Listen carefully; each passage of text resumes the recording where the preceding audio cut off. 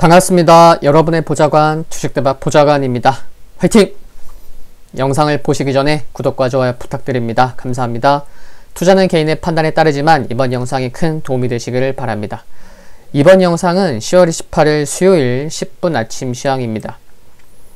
전일 국내 증시는요, 코스피는 하락했고 코스닥은 상승하면서 차별화가 있었던 하루였습니다.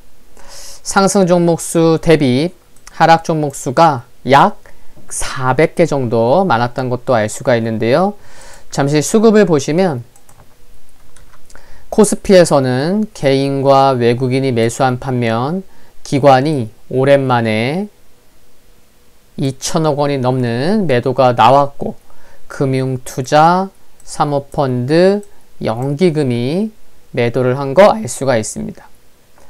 코스닥을 보시면은 코스피에서는 개인이 매수한 반면 코스닥에서는 개인이 오랜만에 2천억 원이 넘는 좀 대규모 매도를 보였고, 대신 외국인이 물량을 대부분 받아준 가운데 기관의 매도가 좀 주춤한 것도 알 수가 있습니다. 연일 1,000억 원 이상 매도하다가 주춤한 거였죠. 금융투자의 매수가 중심이 됐었던 것도 알 수가 있습니다. 전일 국내 증시 좀 더 살펴보면 미국과 유럽 등 코로나19 재확산 우려 및 미국의 경기 부양책 불확실성에 코스피는 하락한 가운데 코스닥의 경우에는요, 기관의 매도세가 주춤하면서 4거래일 만에 순매수했죠. 그러다 보니 4거래일 만에 상승 마감을 했습니다. 단 오후 들어서 외국인 자금 유입 속도가 둔화되면서 상승폭은 축소돼서 마감을 했고요. 아침부터 3분기 GDP 성장률이 수출 회복의 예상치보다 높게 나온 것이 투자 심리 회복에 긍정적이었죠. 그래서 저도 관련 영상을 오전에 업로드 했었고요. 또한 월요일 현대차 상승에 이어서 어제는 기아차가 10.32% 급등하면서 신고가를 기록했습니다. 특징적이었고요.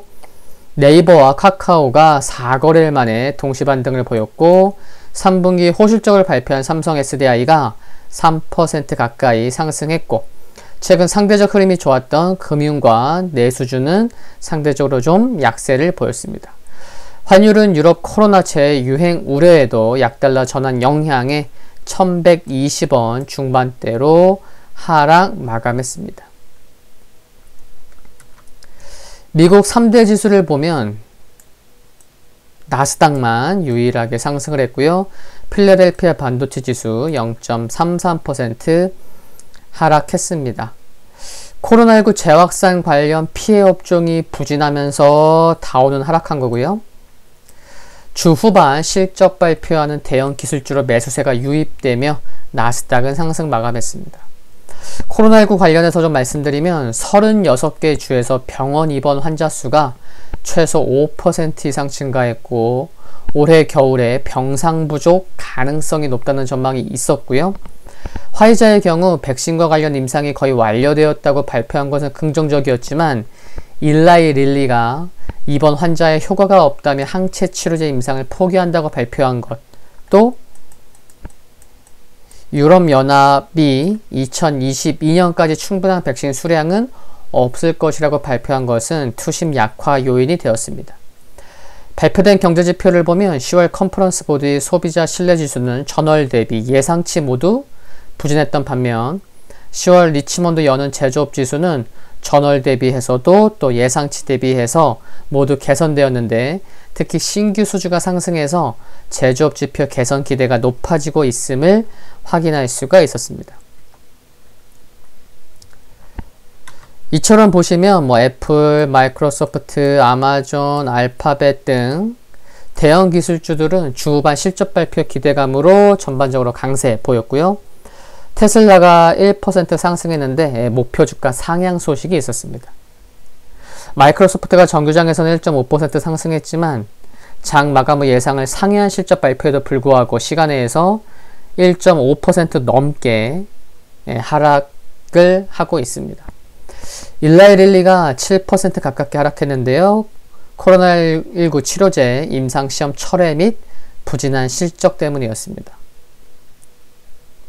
그리고 인텔이 2.3% 하락했고요. AMD, 잘링스 인수 소식 하락했고요. 넷플릭스 강보합,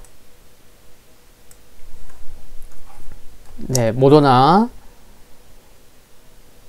0.6% 상승했고 니콜라가 2.3% 상승한 것을 알 수가 있습니다. 그 밖에는 캐터필라가 3.2% 하락했고요. 코로나 인해 대부분의 지역과 부문에서 매출이 급감했다고 발표하자 캐터필라가 하락했는데, 이에 따라서 기계업종, 산업재 업종이 부진했습니다.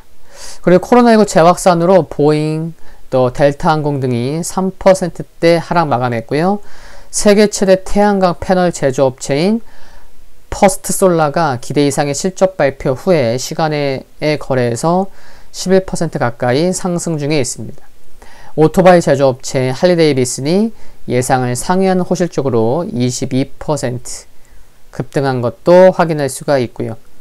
유럽 증시 보시면 전반적으로 모두 다 하락했죠. 코로나19 제한 조치가 강화되다 보니 투심 우려에 하락한 상황인데요. 독일에서는 술집과 식당을 폐쇄하는 방안을 검토하고 있다는 보도가 나왔고요. 프랑스 정부는 봉쇄에 준하는 조치를 조만간 발표할 예정에 있습니다. 또한 체코는 28일부터 다음 달 3일까지 통행금지를 시행하고 소매점 영업도 제한하기로 했습니다. 한편 스페인의 3분기 실업률이 2분기 15.33%에서 16.26%로 보다 높아진 소식도 좀 다소 부담되는 상황이었고요. 중국은 혼조세 보인 가운데 강보합 기록했습니다. 코로나19 확산 우려가 있었고요. 미국과의 갈등도 있었죠. 중국 외교부는 지난 25일 대만에 무기를 판매하는 로키드 마틴과 보잉, 레이시언 등 3개 업체가 제재를 받을 것이고 무기 판매 과정에 관여한 미국 인사와 기관도 제재 대상에 포함될 것이라고 발표했습니다. 또한 중국 외교부는 ABC, 뉴스위크 등 미국 언론사 6곳에 상세한 운영 현황을 보고하려며 압박에 나섰고요. 상품 지수를 보면은 유가, 미국 주요 유전지대 어디죠?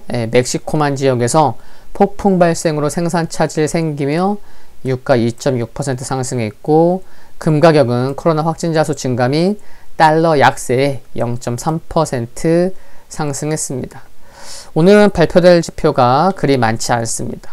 주간 모기지 신청 건수, 주간 원유 재고 발표될 예정이고요. 일본에서는 금융정책 결정회의 내일까지 이틀 개최될 예정입니다. 다우산업지수는 전일 종가상 60일선 아래꼴에 달리는 매수세가 확인되기도 했지만 캔들상 음봉 마감했고요. S&P 500도 캔들상 음봉 마감했지만 다우보다는 흐름이 양호했습니다. 그리고 60일선 종가상 이탈을 했지만 크게 이탈한 상황은 아니고요. 빠른 시일 내에 반등이 나오면 하락하고 있는 5일선이 60일선 깨지지 않고 반등 나올 수 있는 그런 가능성은 여전히 아직 좀 생각해 볼 수 있는 상황입니다. 나스닥은 상대적으로 흐름이 견조해서 종가상 20일선을 이탈했지만 캔들상 다우랑 S&P 500과 다르게 캔들상 양봉 마감한 것은 긍정적인 부분으로 보입니다.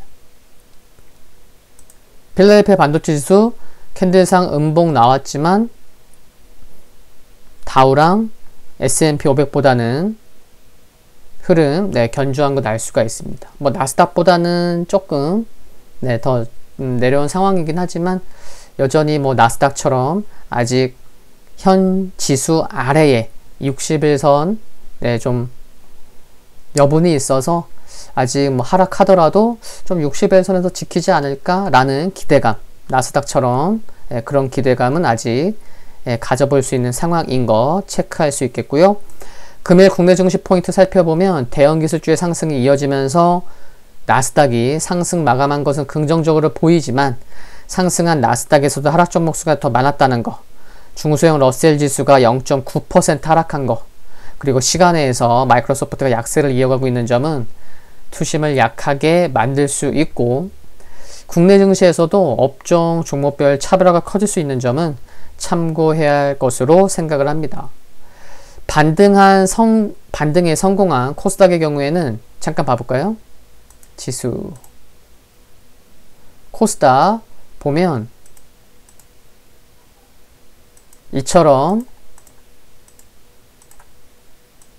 어디서 지금 반등이 나왔죠? 지난 6월 고점에서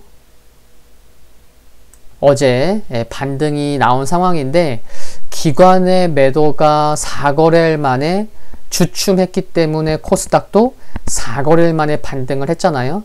그러다 보니 금일 역시 기관 수급 동향이 중요할 듯 합니다. 이 점 체크하시면 좋겠습니다. 오늘 하루도 화이팅하는 하루가 되셨으면 합니다. 구독과 좋아요 부탁드리고요. 알림 설정 전체 알림 받기로 하시면 신속히 확인해 보실 수 있습니다. 오늘 10분 아침 시황 여기까지입니다. 감사합니다.